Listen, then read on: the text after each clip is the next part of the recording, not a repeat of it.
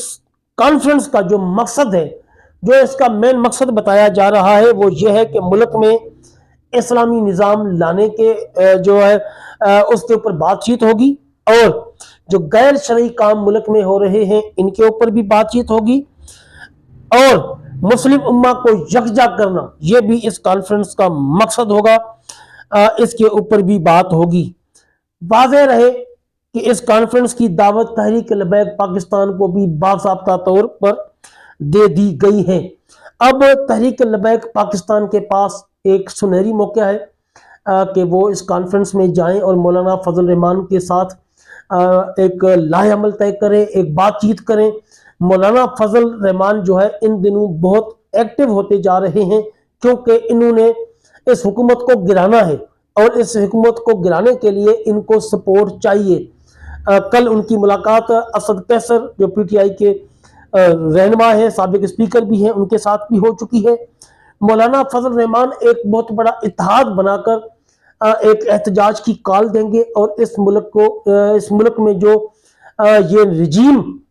جو اس ٹائم قائم ہے، اور اس ٹائم جو کرپٹ حکومت فارم 47 والی قائم ہے، اس کو گرانے کی فل کوشش کریں گے،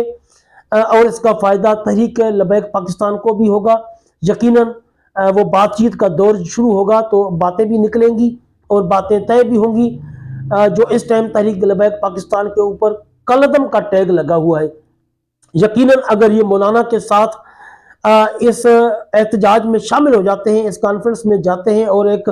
لائے عمل کے تحت احتجاج میں بھی شامل ہوتے ہیں، تو حکومت کو مجبور کر کے یہ کالعدم کا ٹیگ بھی ختم کروا سکتے ہیں۔ جو کارکنان جیلوں میں ہیں ان کی آزادی بھی ہو سکتی ہے، اور جو شہداء ہیں ان کو بھی انصاف مل سکتا ہے۔ یقیناً یہ ایک بہت بڑے احتجاج کے بعد ہی ہوگا، اس سے پہلے بہت مشکل ہے۔ آپ لوگوں کو پتہ ہے کہ مولانا فضل الرحمان جو ہے وہ ایک طاقتور شخصیت ہے، اس میں کسی کو بھی کوئی اعتراض نہیں ہوگا، کیونکہ ان کی ایک تو ان کے جو مدرسے ہیں، ایک ان کی پاور ان کے پاس ہے، دوسرا یہ کہ مدرسے کے جو ان کے طلبہ ہیں ان کی بھی بہت بڑی پاور ان کے پاس ہے۔ سیاسی پارٹی تو یہ ہے ہی ہے، لیکن مولانا قد کاٹ کے حوالے سے پاکستان کی سیاست میں ایک اپنا مقام رکھتے ہیں، اس کو ہر بندہ تسلیم کرے گا۔ اب جو کچھ لوگ ایسے فطوری ذہن کے ہوتے ہیں وہ کہیں گے جی وہ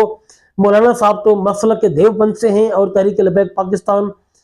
بریلوی مسلک سے تعلق رکھتی ہے، تو میں آپ لوگوں کو بتا دوں کہ یہ سیاسی کانفرنس ہو رہی ہے، کوئی مذہبی کانفرنس نہیں ہے۔ یہ جو اتحاد ہوگا یہ بھی سیاسی اتحاد ہوگا، کوئی مسلکی لیول کا اتحاد نہیں ہوگا۔ لہذا مسلک سے باہر نکل کر سیاسی بات چیت کو سنجیدگی سے لیں، اور اس وقت میں جو مسئلے مسائل ہیں جو تحریک لبیک کے اوپر جو کالعدم کا ٹیگ لگا ہے اور ان کے جو کارکنان کو دیوار سے لگانے کی کوشش کی جا رہی ہے، یہ سارے معاملات یہاں پر حل ہو سکتے ہیں۔